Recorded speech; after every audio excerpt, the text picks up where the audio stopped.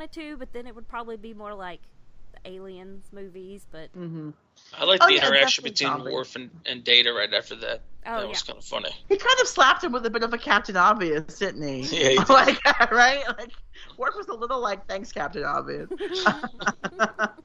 So aboard the Enterprise, they study this android. They start to put it together, and the android's name is, brace yourselves, B4, because he was made before Data. Yikes. Not a fan of the name personally. I think it's a bit on the nose, but it's a little... It sort of feels like that whole Martha scene in Batman v Superman to me. Like, that's just lazy writing. So, and they even like acknowledge that it's terrible. Oh, they do. In the script, and you think that makes it better, and it doesn't work. It's still terrible.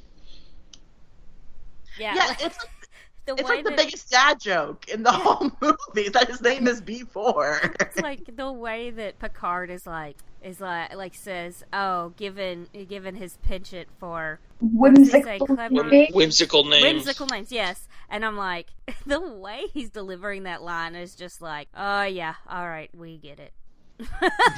Yeah, that was definitely a phone-in line. Like, I don't even want to say it. Honestly. Yeah, not a fan of the name B4, and B4 is pretty much the dumbest android in the galaxy. He knows nothing about nothing, and I love him so much. He's me with a hangover.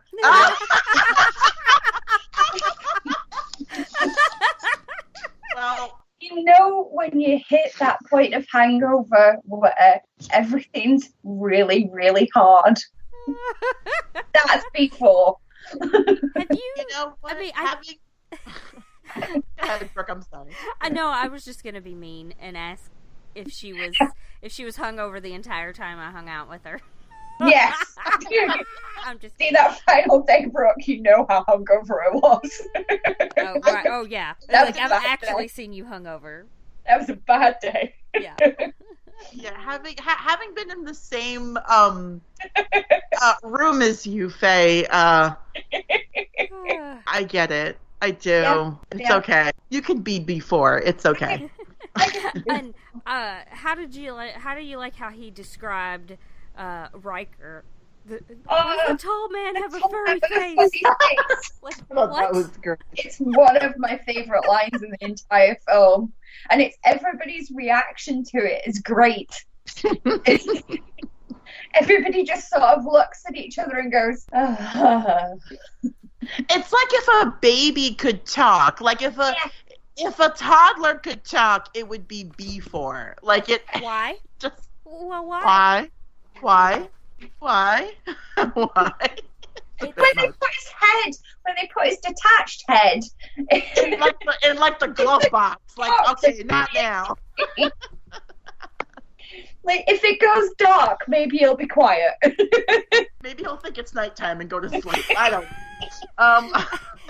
Okay, so I wrote down about B4 that he was like the episode of Family Guy where Stewie was making clones.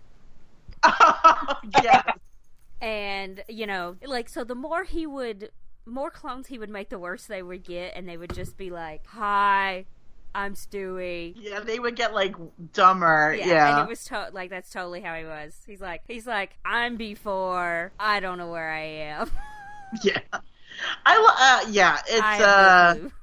It's a bit much. Now we have Picard in his ready room. He gets an Alpha priority message from Starfleet, and it's Admiral Janeway. A nice little cameo here. Of course, Captain Janeway's back from she's brought her ship back, Voyager, from being lost, and so now she's Admiral Janeway. And they are basically ordered to go to Romulus. There's a new Praetor in power. His name is Shinzon. He's a Reman. And basically, Romulus is saying that they want to talk maybe some peace with the Federation. So forget that wedding on Beta Z. We're going to Romulus, everybody. And then here is basically where we get like the most exposition we've ever gotten about Remus. That half of Remus always faces the sun. So everybody lives on the dark side of the planet. They have dilithium mines, they make weapons, and basically the Romulans kind of view them as like a lower caste of humanoid.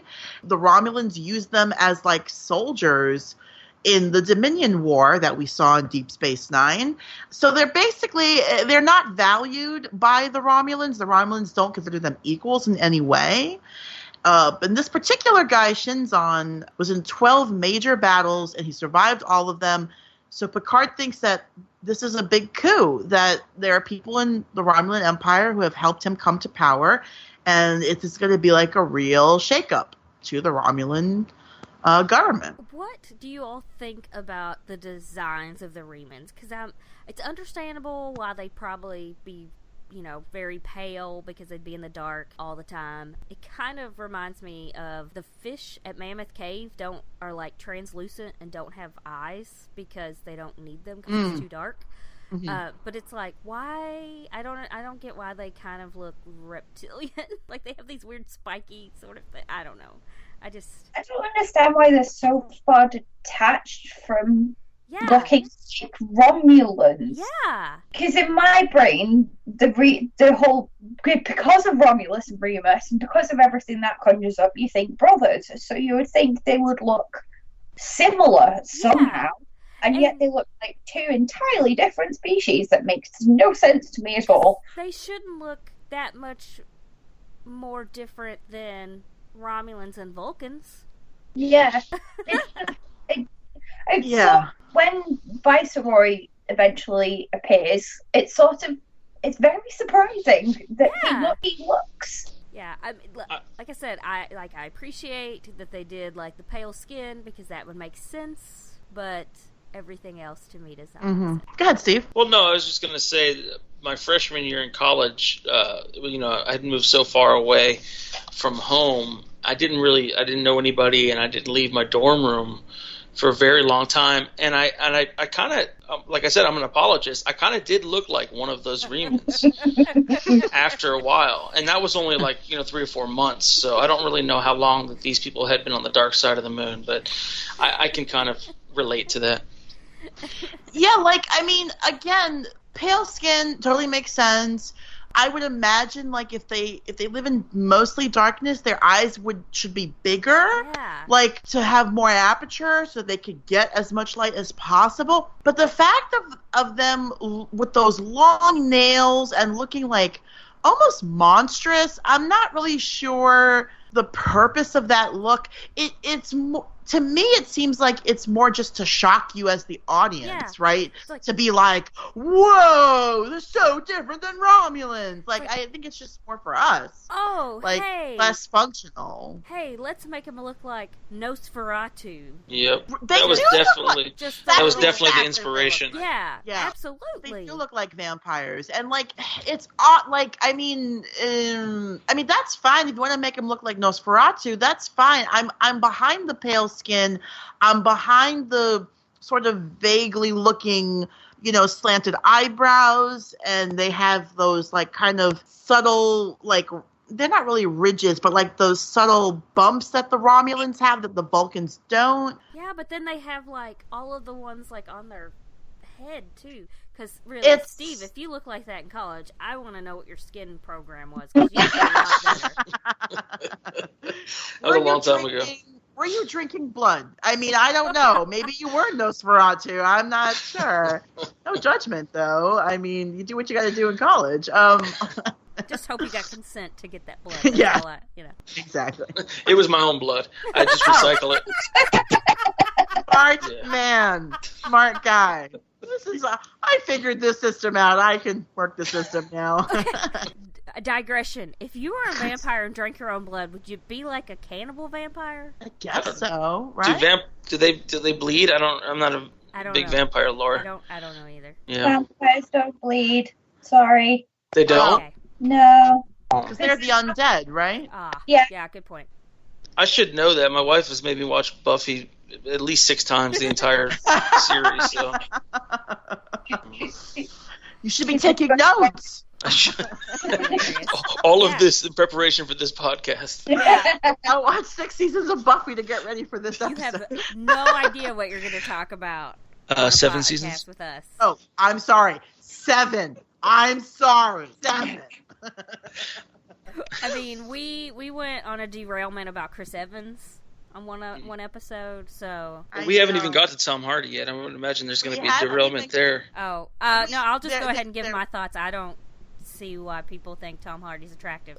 That's my hot take. That is a hot take, Brooke. I had It's no just a dude idea. to me. I don't know. Anyway, sorry. I mean, Have you he's seen his so lips?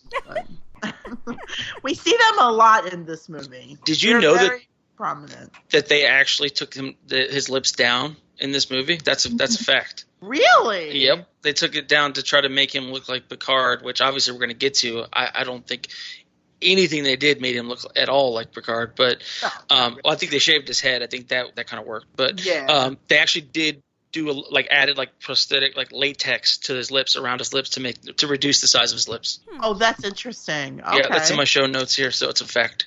Oh, clearly. I mean, if Steve wrote it down, it's a fact. I just thought maybe it was because he was so much thinner that maybe because I don't know, maybe sometimes, people grow more collagen in their lips when they bulk up. I don't know.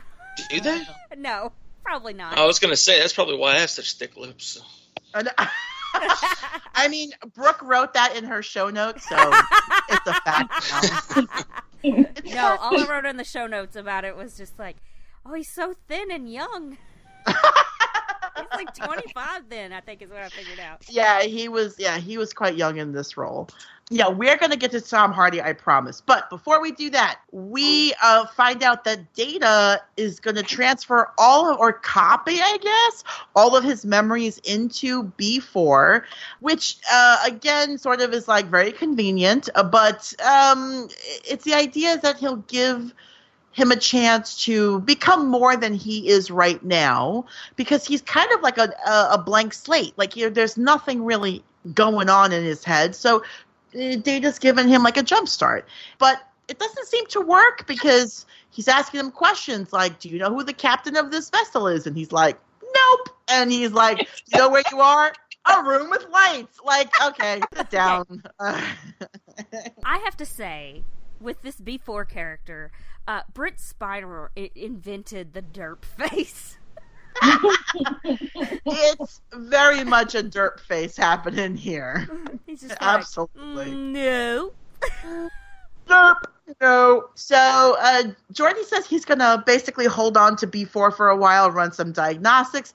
B4 is basically like a puppy. He's just there. So now I don't know what else to say about B4. He's a little ridiculous. But here we are now. We got the captain's log, stardate 56844.9, and in case you'd like to know, that is Saturday, May 31st. In the year 2380 at about 12:24 p.m.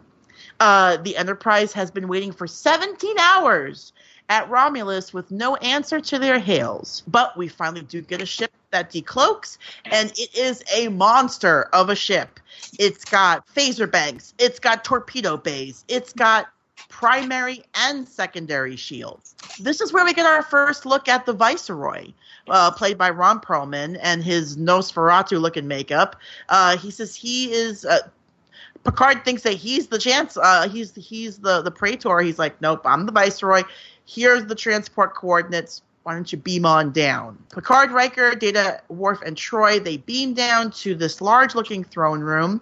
Shinzon is there, who, of course, is played by Tom Hardy, and he kind of stays in the shadows a bit. We get another very upsetting scene with... born in the dark. Okay, sorry. I know. That is what went through my head. I had to make a Bane joke. I'm sorry. I know. You have to make the Bane joke because, again, he's born in the darkness, just like Bane. And another movie where they covered his face up. Why would you cover his face? Well, for some of us. Because the way he talks, you can see his bottom teeth and they're messed up. Oh my God! I have a thing about teeth. I'm sorry. Please, why? Probably because I don't like my own teeth. His teeth were terrible. I like him as a person. I think he's I think he's funny, and I think he's a good actor. And but yeah, he's just a dude to me. Okay, that's cool. Yeah. We do get another scene here, another really creepy, in a very